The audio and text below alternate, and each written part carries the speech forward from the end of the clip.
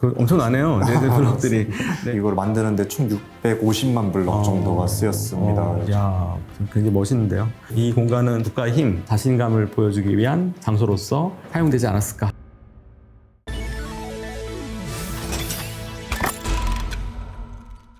안녕하세요. 건축과 도시유산을 가리키고 있는 김영재 교수라고 합니다. 저는 지금 현재 이제 문화재 수리기술학과하고 국제문화재 협동과정에서 학생들을 가르치고 있습니다. 안녕하세요. 저는 GBF 메타 대표 소임입니다. 저희는 이제 메타버스를 10년 동안 다루고 있고 1000건이 넘는 다양한 콘텐츠를 제작해왔습니다.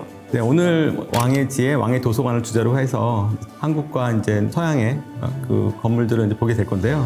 특히 이제 마인크래프트라는 프로그램을 통해서 이제 도서관을 이제 만들어 보는 거잖아요. 근데 건축적으로 굉장히 저도 이제 흥미진진하다는 생각이 드는데요. 뭐 저는 해보진 않았어요. 마인크래프트 해보진 않았는데 굉장히 디테일하기도 하고 이런 것도 되는구나 좀 싶더라고요. 그러니까 실사처럼 정말 제대로 된 구조물을 만드는 것 같다는 생각이 들어서 학생들한테도 아니면 아이들한테 뭐 어른들한테도 다 이런 프로그램들을 잘 할 수 있으면 건축이다 이 도시를 이해하는 데 있어서 굉장히 좋지 않을까. 첫 번째로 이제 한국의 건물로서 지목재를 시작으로 이제 보도록 하죠. 네. 좋습니다. 저희도 사실 이거 만들 때 어떻게 이루어지고 이런 거는 맞습니다. 되게 궁금했었어요. 네. 그래서 교수님이 보시고 잘 설명해 주시면 너무 기쁠 것 같아요. 알겠습니다. 네.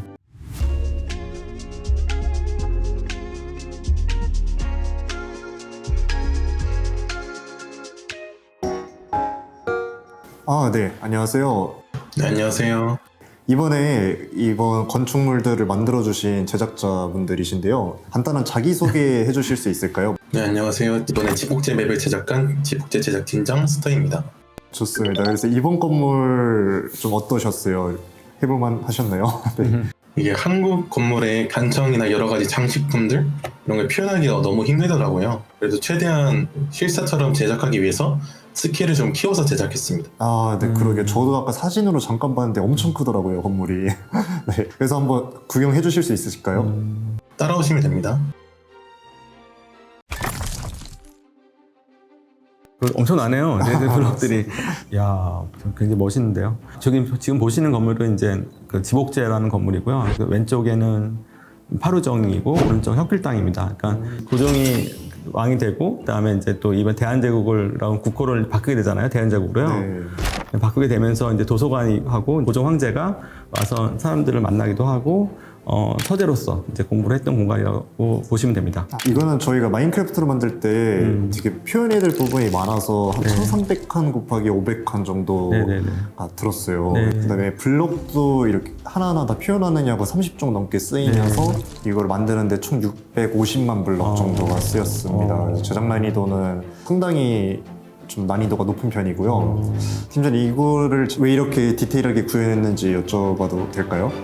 건물 원작의 분위기를 살리고 싶었기 때문에 부분이 다 잘 드러나 있어야 된다고 생각을 했습니다. 그래가지고 건물의 스케일을 키워서라도 이렇게 좀 자세하게 표현을 하게 되었습니다. 굉장히 구성하기 쉽지 않은 부분들이 그 부분들도 굉장히 디테일하게 잘 하신 것 같아요. 눈여겨봐야 될 포인트가 있어요. 네, 저희가 이거를 잘 표현했는지도 궁금하고. 네네. 지복제는 중국식하고 서양식하고 이제 한국식이 이제 같이 양식을 공존하고 있습니다. 그래서 네네, 그 벽체 같은 경우나 이제 그 창의 모형, 뒤편에 이제 원형 창이 있고 막 이러거든요. 네네, 그렇게. 이건가요? 네네네. 그런 원형으로 된 창호들을 만들었는데 그런 것들도 이제 중국풍의 이제 일환을 보고 그 창 주변에 이제 벽돌로 다 이렇게 마감이 되어 있습니다. 그래서 그런 것들도 이제 중국풍의 일환으로 볼 수가 있고요. 서양풍이라고 보는 거는 이제 유리를 사용했다는 거. 그래서 뭐 유리문 같은 거가 보면 있어요. 자세히 보시면 이제 중국에서도 넘어서 이제 온 거긴 하지만 서양의 어떤 영향을 받았다고 볼 수가 있겠죠. 그 우리나라 형식이라고 또 보는 것들은 이제 대한제국 시대 때 굉장히 유행했던 단청이고요. 가운데 이제 개풍이라고 하는데 이 개풍 부분이 원래는 패턴을 넣지 않거든요. 근데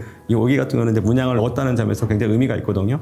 안에 꼬불꼬불 이렇게 해서 초각이 되어 있는 그러니까 공포 부분에 그런 안초공이라고 하는데 굉장히 과도하게 크죠. 그런 부분들이 그 기둥 사이에도 있고 기둥에도 있고 그런 부분도 굉장히 우리나라 특이한 부분이고 지복제는 책들이 이제 많이 있었고 이제 그렇잖아요. 근데 실제 이제 문헌상에도 나오거든요. 당 성리학자들이 이제 귀한 책을 소유하는 것이 굉장히 중요한 지식인으로서의 하나의 덕목이었거든요. 다양한 책들이 이제 임금을 가지고 있고 또 임금 자체도 이제 지식인으로서 보이고자 하는 어떤 욕망을 보여주기 위한 공간이지 않았을까. 조선이라는 나라가 이제 문치주의잖아요. 그렇죠. 문을 중시하는 나라이기 때문에 그것들을 상징하는 공간이라고 이제 볼 수가 있습니다. 예, 지복제의 특징은 결국에는 약간 세 개 건물이 이제 조합이 되었고 중국풍하고 서양풍하고 이제 우리나라풍이 섞여 있는 어떤 하나의 종합적인 건물. 이런 세 가지 덩어리들이 이제 잘 맞춤이 되어 있거든요. 근데 실제 이제 만드는 데서 시간이 굉장히 많이 걸리셨을 것 같고, 굉장히 고심이 많이 있었다고 생각이 듭니다. 그런 부분에서는 굉장히 저는 좋은 점수를 주고 싶습니다. 감사합니다. 네.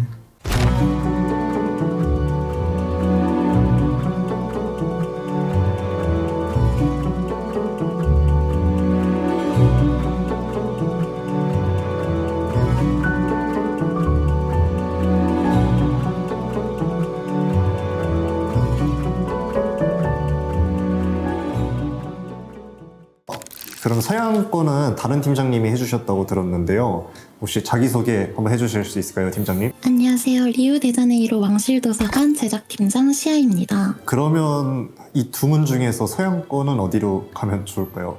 왼쪽으로 들어가시면 됩니다.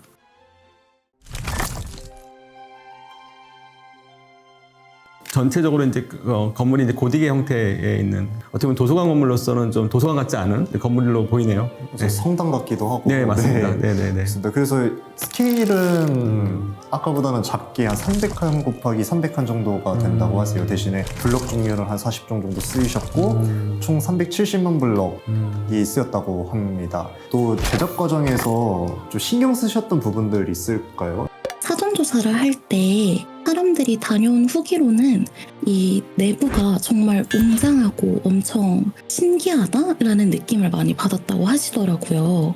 여기 천장 쪽을 한번 보시면은 저 무늬가 사실 유리로 이루어진 스테인드 글라스라서 이 부분도 되게 신경을 많이 썼어요. 여기 보면 이렇게 좀 비치네요, 이렇게. 네네. 어떻게 하셨어요? 이런 책 같은 거 표현하실 때는? 블럭을 여러 개로 할 때 패턴을 좀 여러 개로 제작해서 사용을 했고, 그리고 살짝 신경 쓴 부분은 최신식 건물보다는 조금 오래된 역사가 담겨있는 도서관이잖아요. 그래서 비비드하고 살짝 쨍한 색감이 아니고 조금 고전적인 색감을 중점으로 고려해서 블록들을 선택해서 만들었어요. 이제 건물을 이제 본격적으로 한번 들어가 볼까요? 전체 그 건물 형태가 아까 말씀드린 것처럼 이제 고딕의 형태로 되어 있잖아요. 또 성당 모양이 같기도 했고, 갑자기 이게 왜 그 포르투갈에 있지 않고 우리 리오네 자리에 있는지에 대한 것도 굉장히 궁금하실 것 같긴 해요. 이 건물이 이제 1837년에 지은 건물이거든요. 여기가 이제 이 왕실도서관이 지어진 이유는 이제 1808년에 이제 나폴레옹이 포르투갈을 이제 침공하게 되면서 포르투갈 왕실이 이제 리오네 자리로 다 옮겼다고 해요. 그래서 그러다 보니까 그 책들도 다 전부 다 갖고 온 거죠. 책을 놓기 위한 도서관으로서 이제 1837년에 건립이 되었다고 합니다. 이제 굉장히 흥미로운 부분인데, 고딕 수도원 있잖아요. 수도원에서 이제 시작됐다고 해요. 그래서 교회는 굉장히 또 신성하면서도 엄격하고 수행을 해야 되는 곳이기 때문에 그렇죠. 그런 부분에서 또 보면은 이제 공부를 하기 위한 장소로서는 또 성당만큼한 데는 또 없었을 것 같고, 그런 공간으로서 적절하게 쓰였던 곳이기 때문에 도서관으로서의 역할을 또 했던 거죠. 저희가 아까 한국 지복제를 네. 봤었는데요. 네. 왕실도서관이랑 되게 큰 차이점 같은 것들이 있을까요? 그 지복제 같은 경우를 볼 때는 그 근본적인 것, 특히 유학자로서 이제 양반들의 어떤 기풍들을 이어받은 사람, 어떤 선봉에 서 있던 사람이고, 그러니까 어떤 성리학적인 어떤 그 태도를 보여주는 것 같거든요, 저는요. 이 공간은 책이라는 자체가 이제 보여주는 국가의 힘, 그리고 책이 이제 많이 꽃이 들어오면 들어올수록 또 확장성도 필요하고 도서관으로서의 역할도 중요하겠지만 또 힘을 보여주기 위한, 자신감을 보여주기 위한 장소로서 사용되지 않았을까 생각이 듭니다. 한국에서는 좀 더 네. 공부와 네, 실질적인 네, 수련을 위해서 그래서 일단은 이거는 네. 정말 권위적이고 그렇죠. 되게 좀 더 유동적인 그런 네, 네, 모습을 표현했다고. 그렇죠. 저희가 처음에 서두에 시작했지만 고딕 건물이다 보니까 이제 장식들이 많잖아요. 그리고 말씀하신 대로 뭔가 그분들 표현하기 위해서 요목조목 그래도 잘 이제 표현하셨던 부분들이 특히 이제 이 화면에서 굉장히 많이 잘 드러난 것 같습니다. 네, 팀장님 고생 많으셨습니다. 수고 많으셨습니다.